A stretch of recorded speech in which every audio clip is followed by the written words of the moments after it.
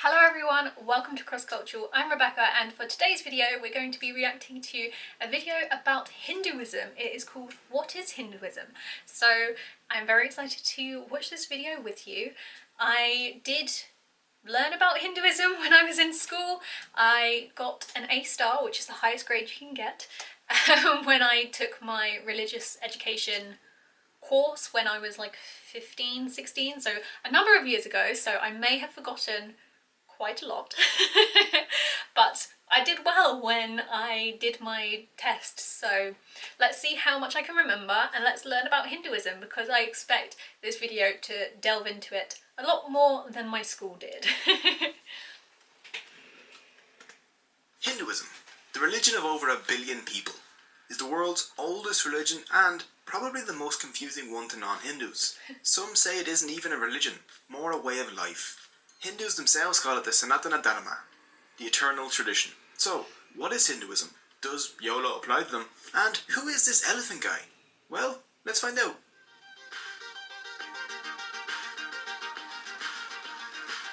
I like all the animations he has in these videos, they're really good. Hinduism is the world's oldest active religion.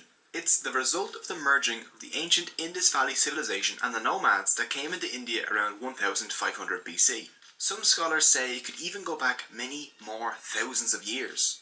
But we won't delve too deep into dates, because dates in Hinduism are very, very controversial. But one thing is certain, Hinduism is old, like at least 36 Betty Whites. Hinduism has been around for so long that it and the concept of India itself are inseparable. Hindu and India even come from the same word. Sanskrit was the ancient language of the Hindus, and the Sanskrit name for the Indus River is Sindhu. The ancient Persians who sat across the Indus tended to switch their S's to H's, so Sindhu became Hindu. So the people living across the river became Hindus. The Persians told the Greeks, who dropped that very not Greek-like H, stuck in a very Greek-like E to the end, and boom, India. Hinduism has a long history. But today we'll be focusing on just the core beliefs of Hindus, because I don't have the willpower to animate a 3-hour-long video. Hindus are a diverse group. Some are strict, dedicating their lives to prayer, while others don't believe in any gods but still follow Hindu philosophy. To make things easier to understand, let's break Hinduism down into 7 core beliefs. So, here's my rap about the 7 Hindu beliefs. He's going to rap. I promised you weren't gonna do the rap. Come on, you're better than this, man. Fine. Here's the regular version then. 1. Belief in one universal soul. Hindus believe in a universal soul known as Brahman, a formless, genderless source of all reality. Brahman is the universe and the material that makes up the universe. Brahman it's a rings a trippy bell. concept, but think of Brahman as an ocean and everything else as drops propelling out of that ocean. Separate for a time, but still the same thing, if that makes sense. 2. Belief in an immortal individual soul. In Hinduism, souls are known as Atman. Actions of the soul while in a body have effects on that soul's next life. When you die, your soul moves to another new body. This is called transmigration. The kind of body the soul inhabits next is determined by karma. 3. Belief in karma. Karma is action, usually good or bad actions that affect society. For Hindus, karmic actions in the past affect us today, and our actions today affect our soul's future. 4. Belief in moksha. The goal in Hindu life is to somehow get back to Brahman. If a Hindu can do this, they will be freed from the cycle of life and death. This is called moksha. You can achieve moksha by realizing your oneness with Brahman.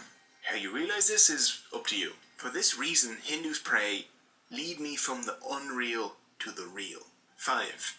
Belief in the VEDAS.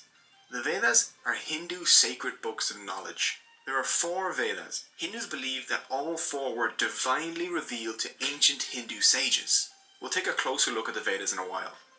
6. Belief in cyclical time. For Hindus, there are no beginnings or endings. Time is a series of cycles, each cycle containing 4 ages or yugas. There's the Krita, the Treta, the Dwapara, and the Kali. Added together, the 4 yugas total about 4.32 million years.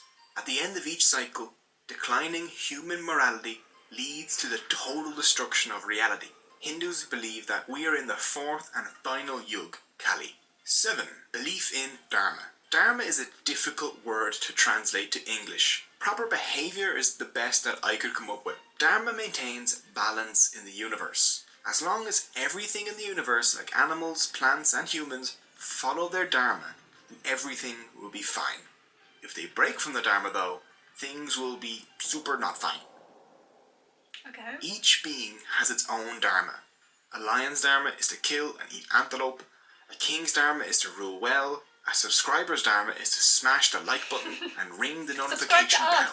For humans, their specific Dharma is usually based on their age and their caste. An old priest will have a very different Dharma than a young merchant, for example. So those are the 7 core beliefs of Hinduism. With them, you can understand the Hindu mindset. Unlike Christianity or Islam, Hinduism is a non-profit organization. There is no Jesus or Muhammad for Hindus. There is no Bible, Quran or Torah. Instead, they have a bunch, and I mean a bunch, of different sacred texts. The 4 Vedas form the basis of the Hindu faith. So let's take a look at them. 1. The Rig Veda. The Rig Veda is a collection of songs that praise and discuss ideas like truth, reality and the universe, along with discussions on war, weddings and rituals. 2. The Yajur Veda. The Yajur Veda covers stuff such as sacrificial rites and rituals. 3. The Sama Veda. Sama literally means sweet song that destroys sorrow. It is mostly songs dedicated to praising gods. It's different than the rest of the Vedas because it's set to music. 4. The Atharva Veda. The Atharva Veda is my favourite one. Do you want to curse your enemies? Or charm that special someone? Maybe learn to invoke rain? Or discover herbal medicine along with tips on warfare? Like how to make poison arrows? Well, this Veda has you covered, along with a bunch of other charms and curses. It even has a curse against cursers. Avoid us, O curse, as a burning fire avoids a lake. Strike him here that curses us, as the lightning of heaven the tree. A link to the Atharva Veda is in the description, just in case you need a spell to get a wife or another to banish pigeons from your presence. It's great.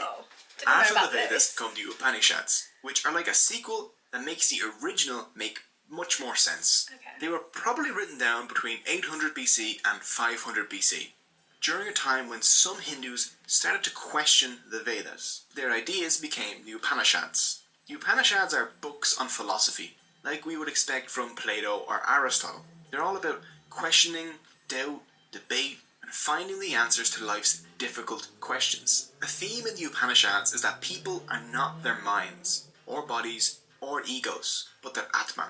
Your soul is you. Everything else is unreal and temporary. After the holy texts like the Vedas and the Upanishads are other less divine but still important texts. These include stuff like the Puranas, the Bhagavad Gita, and the Ramayana and the Mahabharata. The Puranas are like encyclopedias of Hindu beliefs. There are 18 well-known Puranas. The Puranas cover things from yoga, to army organisation, to taxation, to the caste system, to hell, gods, and everything in between. The Bhagavad Gita, Gita for short, is one of Hinduism's most important texts. The Gita takes place on a battlefield where Arjuna, a great warrior, refuses to fight. Lord Krishna steps in to urge Arjuna to fight, and their discussion covers things such as Dharma and how to live your best life. Arjuna eventually fought after Lord Krishna taught him the truth about Dharma. As a member of the warrior caste, Arjuna's Dharma was to fight against evil. The lesson of the Gita is that everyone faces difficult choices, but they must act on them according to their Dharma, no matter how unpleasant. Along with all these philosophical texts, Hinduism has 2 action-packed epics, the Ramayana and the Mahabharata. The Ramayana, the earlier of the 2 texts, tells the story of Prince Rama. In the epic, you find out about his 14-year-long exile, the abduction of his wife Sita, his battle with the evil demon Rama and Ravana, Sita. Oh my gosh, and I his remember. awesome monkey sidekick Hanuman. The second epic, the Mahabharata, is the longest poem in the world. 5 times the length of the Bible and 8 times the length of the Iliad and Odyssey combined. Oh my It gosh. rivals any soap opera you've ever seen when it comes to drama. Murder, betrayal, love, murder, and giant battles. The Mahabharata has it all. The theme running through the Ramayana and the Mahabharata is that Dharma must be followed for society to function. In Hinduism, there are 4 goals a person should aim for to have a good life. The first of these is Dharma, followed by Artha, the pursuit of prosperity and good reputation, Kama, pleasure both in body and in mind, and Moksha, the release from the cycles of rebirth. Hindus should practice Artha and Kama with Dharma in order to achieve Moksha. There are also 6 temptations Hindus should try and avoid. Kama, lust and materialism. This Kama is different from the good Kama mentioned above, I know. Next is Kruda, which is anger, Lobha, which is greed, Moha, which is unrealistic attachment to things, people and power, Mada, which is pride, and Matsarya, which is jealousy. By following their Dharma and avoiding these 6 temptations, a Hindu can break the cycle of rebirth and have their soul merge back into Brahman. But even though everything comes from Brahman, who is the one real thing in Hinduism, Hindus do, after all, have thousands of gods. So let's take a look at them. First, there's Brahma, the creator. He created everything in the universe, but he is not the universe itself, because that's Brahman. They aren't the same thing. That last letter changes a lot, apparently. He has 4 heads. The heads face each of the 4 directions to represent the 4 Vedas, which he created, and the 4 yugas. He also holds a book, which represents knowledge. Oh, and he rides a giant swan, because he's just fancy. His consort is Saraswati, the goddess of learning. Vishnu, the preserver, is the second member of the Hindu trinity. He preserves the world created by Brahma until it is eventually destroyed by Shiva. He holds a discus, which he uses to cut down anyone that tries to mess with his dharma, along with a conch, which symbolizes victory and the 5 elements. Vishnu has many, many avatars, such as Krishna or Rama, who he uses to defend dharma on earth. Oh, and he rides a giant eagle named Garuda. Vishnu has 2 consorts, the goddess Lakshmi and Bhudevi. Bhudevi is the earth goddess and Lakshmi is the goddess of good fortune and wealth. Next is Shiva the Destroyer, the 3rd member of the Hindu trinity. It's his job to destroy the universe in order to prepare for its renewal at the end of each cycle of time. The most identifiable of his features is his 3rd eye, which he almost always keeps closed. If he does open it and you're in front of him, then you will have your face melted off. When not on making existence, Shiva enjoys long walks with his bull named Nandi. I'm learning a lot here. At the end of the Kali Yuga, the 4th age of the world, Shiva will perform a dance that destroys the universe. Which is odd, because people have told me that my dance moves make them wish the world would end. So me and Shiva have quite a lot in common. Parvati and Sati are Shiva's consorts. Shiva also has 2 sons, Ganesha and Murugan.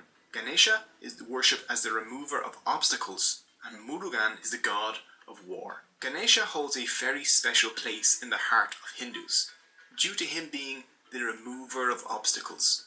The elephant head is the most obvious clue to identifying him. He was actually born with a human head, but after Shiva cut that one off, he kind of had to make do with an elephant one. If you're Christian or Muslim, you're aware that your religion has a bunch of different denominations, like Catholics or Protestants, Sunni and Shia. Hinduism has these too. Hindus developed 4 major denominations, some of which have their own subdivisions. The Vaishnavas primarily worship Vishnu, and Shaivas primarily worship Shiva and his sons. Smartas follow sacred texts like the Puranas, the Ramayana and the Mahabharata, rather than the Vedas. They worship 5 gods and goddesses, Ganesha, Durga, Surya, Shiva, and a preferred avatar of Vishnu. Finally, Shaktas worship the goddess Devi. Shaktas see Devi as the ultimate and eternal reality, like a feminine Brahman. Even though there are all these variations and more, the core beliefs of Hindus remain mostly the same. Hindus believe that Dharma keeps the balance in the universe. If the scales between good and evil start tipping towards evil, then something needs to intervene to fix the universe's Dharma. This divine intervention is known as an avatar. The literal meaning of the word avatar is descent. Avatars are gods that descend to Earth to intervene whenever help is needed to restore Dharma. For example, when the Earth was dragged underneath the ocean, Vishnu descended to Earth as the avatar Varaha, a boar, and dragged the Earth back out. In other cases, Vishnu was born on Earth as a human avatar like Rama or Krishna, where he spent his avatar's life fixing Dharma. So, the caste system. If you only know one thing about Hinduism, this is probably it. People see it as an oppressive system that locks people in place based on their birth. And for a huge part of history, that's what it's been, unfortunately. Let's do a quick explanation of what the caste system is. In Hinduism, there are 4 castes or classes that you can be born into. There's the Brahmin, the priest, the Kshatriyas, the warriors, the Vaishyas, the traders, and the Shudras, the manual labourers. The main basis for the caste system can be found in the Bhagavad Gita and the Rig Veda. Krishna says in the Gita, "I have created a 4-fold system in order to distinguish among one's qualities and functions." The Rig Veda also refers to the 4 castes. It says humans were created from parts of the god Purusha, the Brahmin from his face, the Kshatriya from his arms, the Vaishya his thighs, and the Shudra his feet.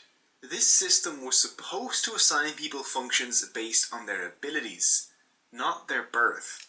Okay. If someone had the qualities of a Brahmin or a Vaishya, they could fill those roles.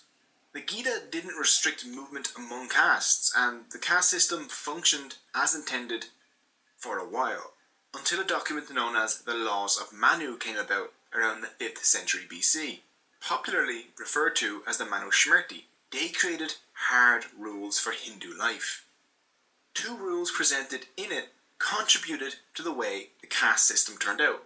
Manu states that the Brahmin were the lords of all castes, and he forbid moving among the castes. The caste you were born into was now the caste you're stuck in. If you give humans a hierarchy, they'll exploit it, and things will go sour pretty quickly. As time passed, Hindus began thinking in terms of upper and lower castes.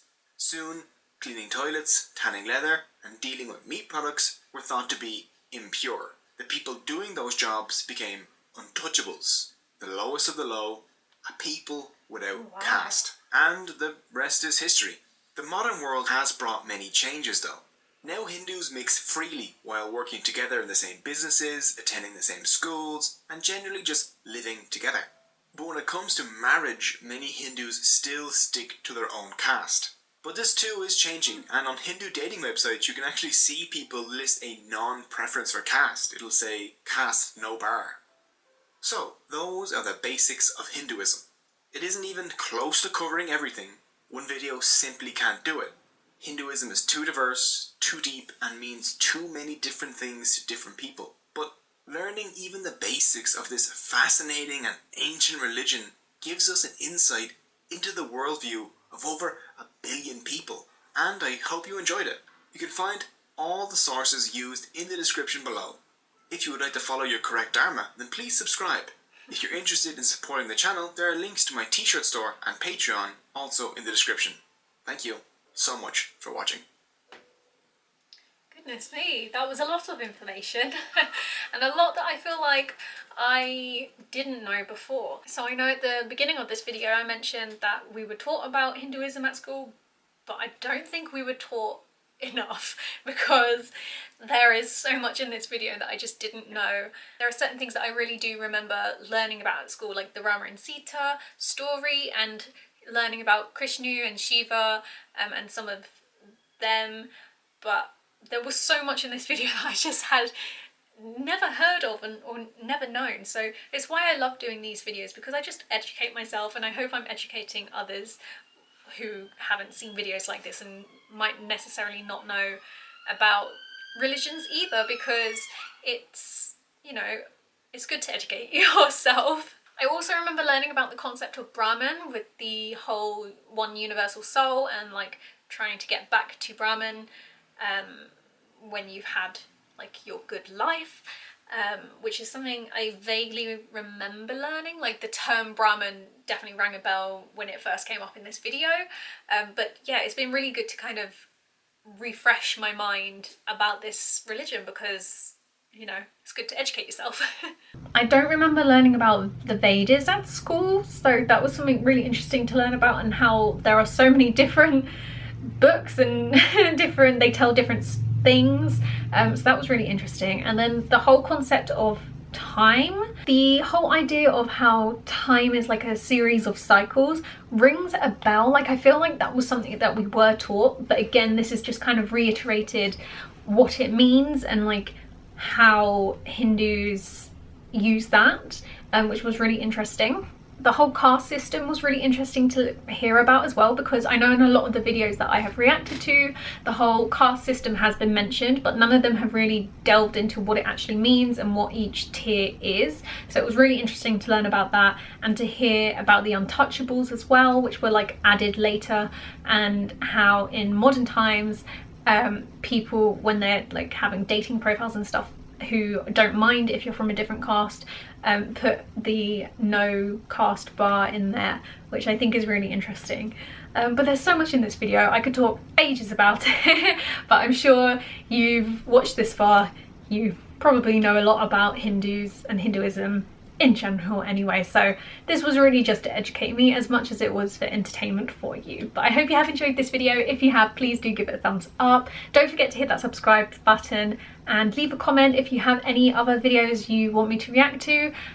Put the link to the videos in the comments below and I'll try and react to as many as possible. But yeah, stay home, stay safe, and I will see you very soon in a new video. Bye everyone!